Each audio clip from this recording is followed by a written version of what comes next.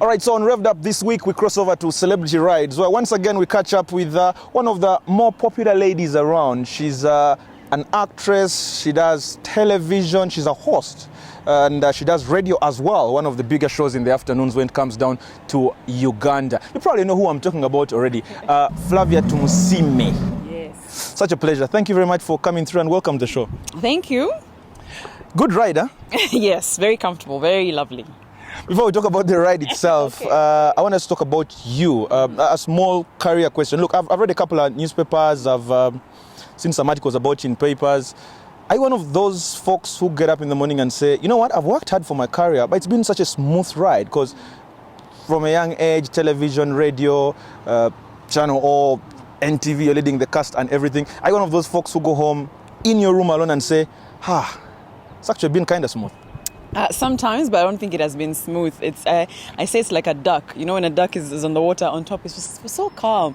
Under there, it's paddling. So people don't see the stress that goes into it. So it's been a good ride, just not smooth. Yeah. All right, let's talk about her car because it's Revved Up. So it's all about cars, and this very segment is called Celebrity Rides. We shall talk about your car. Yes. In detail. But for starters, for how long have you had this car? And tell me, why on earth don't you have a Hummer? Yeah, well, let's start from the last question. No, really, I don't want a Hummer. I want a Jeep Grand. I don't have a Jeep Grand because I think I can afford it in a year, but I don't think I want to buy that. I have other thoughts of investing somewhere else. So that's why I don't have a Jeep Grand, not a Hummer. How long have I had the car? Should be close to 3.5 years or 4. Yeah. Hey, you're making money, eh? Maybe. I would never stand up and say in a year's time I'm driving something that expensive. But what are the benefits? What are the benefits of having this specific car? Okay, well, first of all, the story behind this particular car, I was going to church. I pray. Okay, well, Which makes the two of us. just so you know.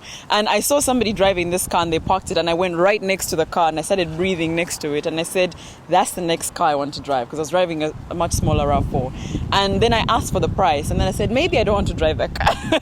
Maybe my dreams don't have to happen at that time.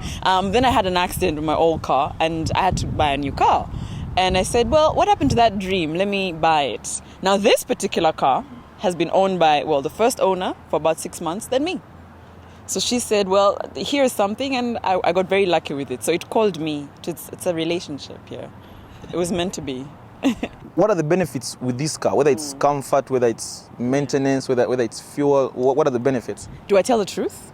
Yeah, you have to. Oh, okay, I'll be honest. I'm a terrible driver. Well, I think in the last 2 years I've kind of worked out how to drive carefully, but I'm not very good with the bumps and we don't have the safest roads, bumps here and there. And I wanted a car that's slightly high, that's big body, comfortable, but also still in my cost. And that made sense because I can hit that car in any part of the village or town and it still doesn't feel the bumps. So I guess that it was comfort, cost, and cool. A bit of swag.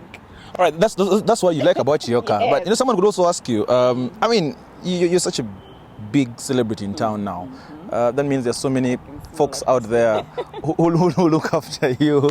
But I'm asking, like, if you got up in the morning and then some kid came up to you and said, you know what, Flavia, I want to buy a car, my first car. Yes. What are the 3 points you'd give that very person? What exactly should they look out for? Okay. First of all, when you're buying a car and not your parents who are like billionaires out there who are giving you the car, you need to first of all Stop talking about me, by the way.